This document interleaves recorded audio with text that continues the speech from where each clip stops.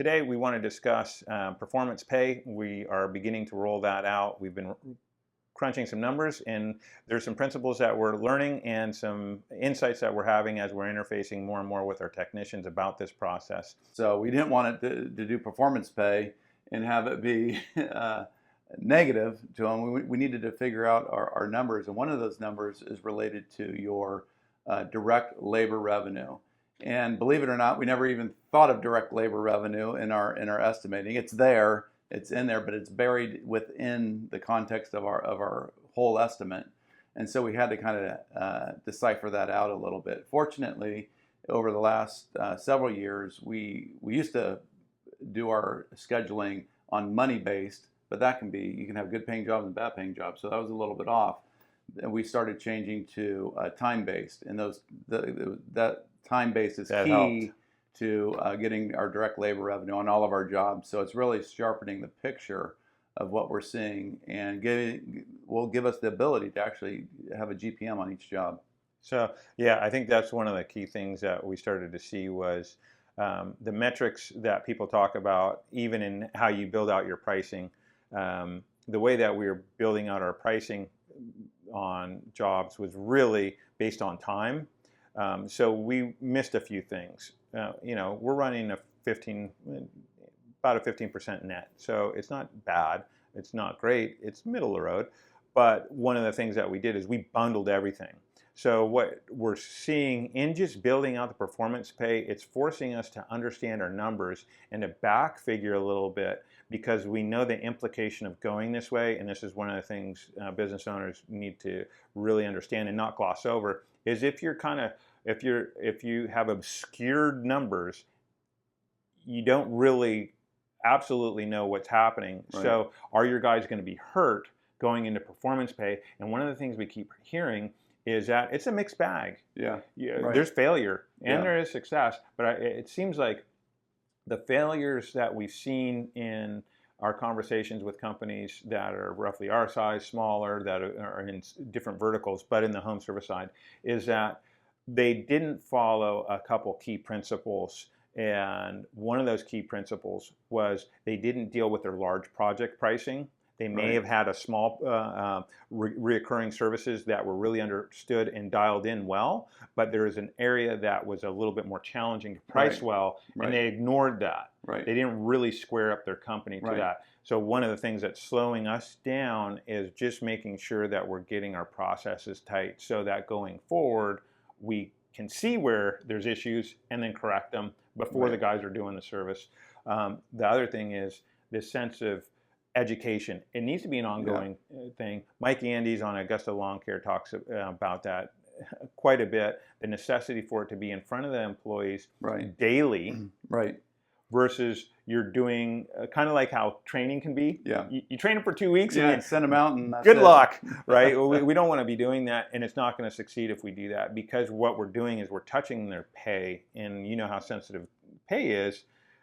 For them to fully understand the implications of it and to have a continued education as it's happening so that they understand, because other situations are going to happen that are going to pose questions to them. And if we're not addressing those quickly, I think we're going to have people that are going to we're not into it. I know I heard one person say, a teacher say, there's one thing I know about people.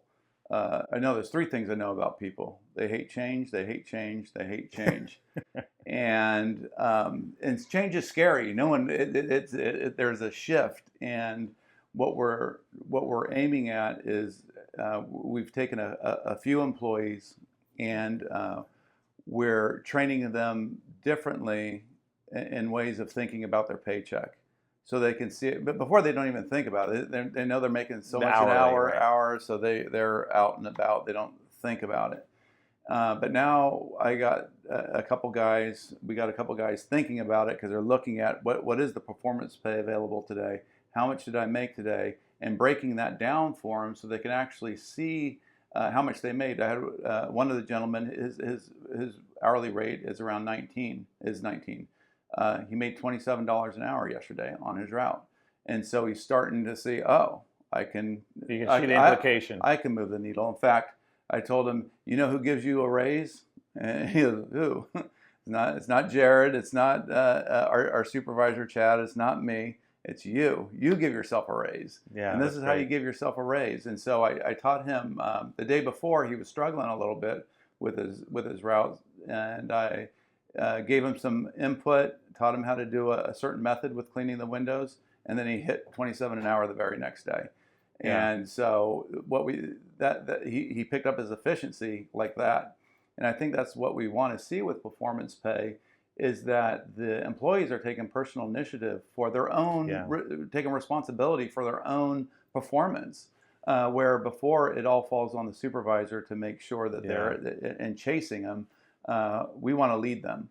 Right. And this is a tool that we see that can do that. But like Jared is saying, they really need to understand it and buy into it, and we really need to address all their needs. Like one of the needs coming up yesterday was about, what if I get a flat tire?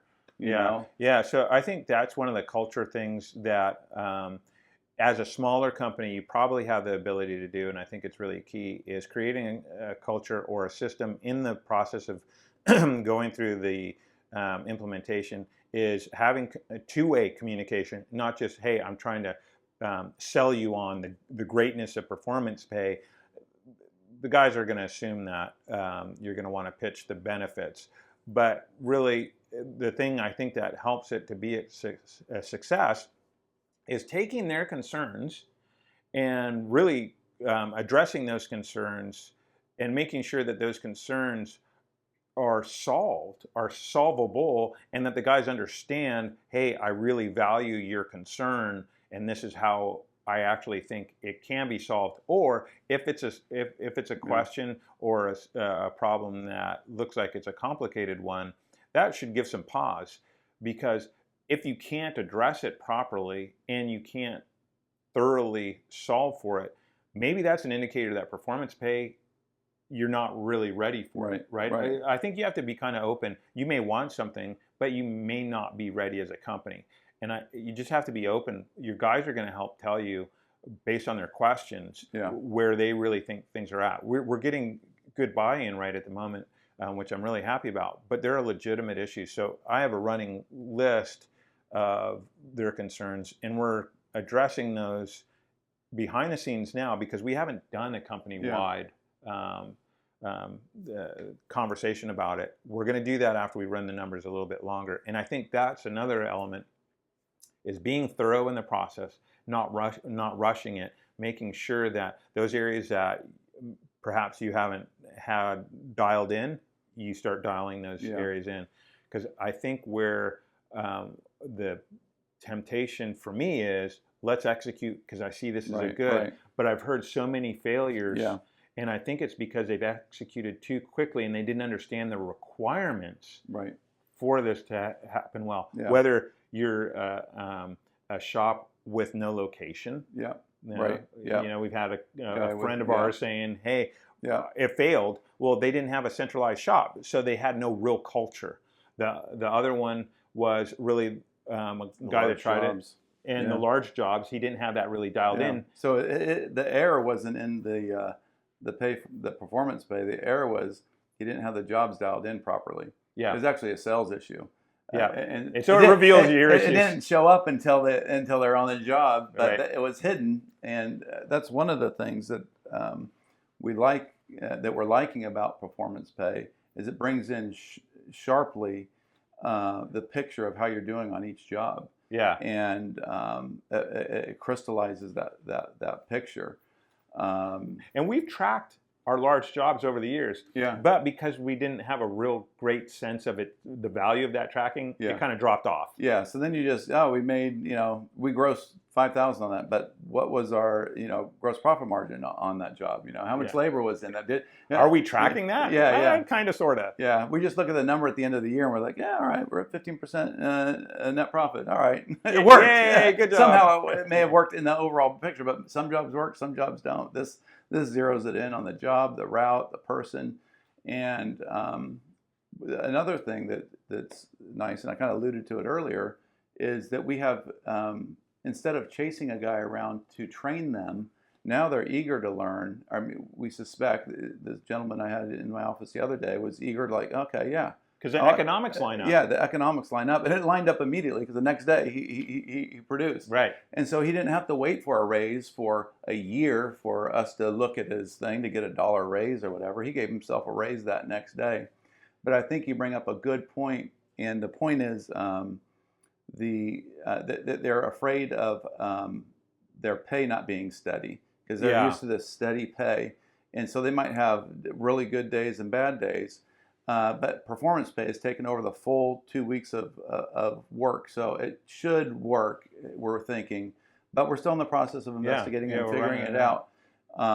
But that is a concern that we're addressing now Yeah. with them, and so we got a couple weeks under our belt. So today is the last day of a 2 week period. So I'm going to review it with this gentleman, and we're going to see where it lays out. But it looks like it's going to be a little bit ahead. Performance pay is going to be a little bit ahead compared to what he would have made. Yeah. You know. And what we're talking about is really a lower margin division of the company. So we're taking what's more steady but a lower margin. We're fairly confident in those that are doing home services and HVAC or plumbing.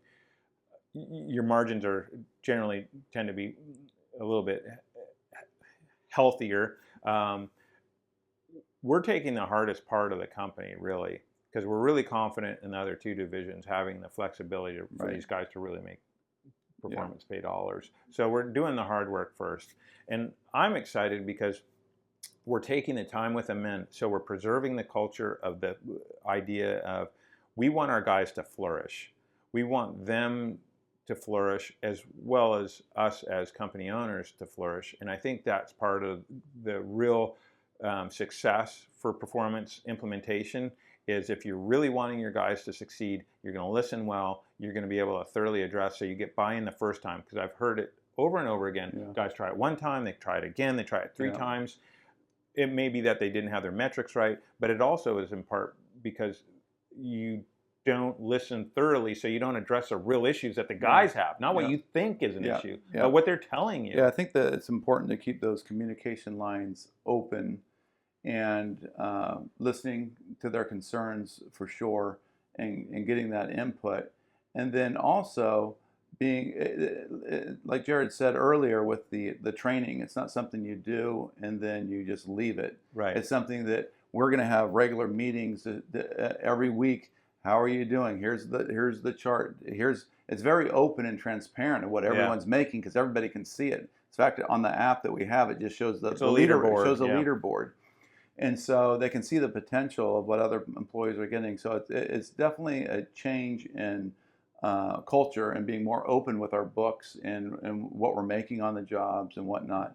And so there's education along that way because they think you're charging them $80 a labor hour, but they're only getting 22. So where's the other? Where's the rest going? These rich guys. They don't understand that there's insurances and liabilities and rent and utilities and trucks. So you have to move out of a classic model of obscuring numbers, and really it's the idea of we're making the numbers transparent that are relevant to the technician that help them understand the picture. But to your point, John, one of the other things that we're seeing that we're implementing alongside the performance pay research and modeling is taking our training that we've been doing with these guys, and we have over 500 5-star reviews. So we're doing nice service for people. We can improve it. What we really see is training as a company will help our guys to then hit even higher performance. If we just do a conversion of payroll, I think that gets us to one level, but kind of low. But if we can bring this weekly training model on board, which is an expense, but you're going to pay for it one way or the other. Even though we have good customer reviews and we're doing well, we have callbacks. We want to limit the callbacks. How are we going to limit the callbacks? More thorough training and feedback that hits the bottom line for these guys, and that's the idea of a yellow ticket, so that then debits against their performance pay, so they feel it a little bit, but it's on their bonus side. But I think if you just debit them because they made a mistake, but you haven't invested in them to know Right. how to not have that mistake, Right. then it looks like it's a pretty punitive system. Right. Right. Versus Yeah. you're investing for me not to do that again. Now we're both bought in. Right. So I think that's another element that's really key to the launch of this, is bringing online this additional training. Yeah. And I'm really excited about that, because I think then the guys are seeing it. Even though we're a seasonal company, it's not a job that we're trying to build out. We have jobs for these guys. What we're trying to go is to that next level of pushing towards a career model. Right. If we can do that, I think it'd be really exciting, even with the challenges in the research that we're doing. So what we're going to do is we're going to keep sharing some of this process along with some of the other things that we're developing as a company. There's a lot of exciting things. We're getting into the fall season, so we have a whole nother division that's ramping up. We do lighting, seasonal lighting. Look forward to sharing some of those videos. You see the shorts that we have. Totally appreciate the likes on the shorts of the guys actually doing window cleaning and power washing on the channel. If you have questions how to do this in your own company, if you would like us to address a particular issue, please leave a comment. We totally appreciate your guys' feedback and input, and thanks for watching.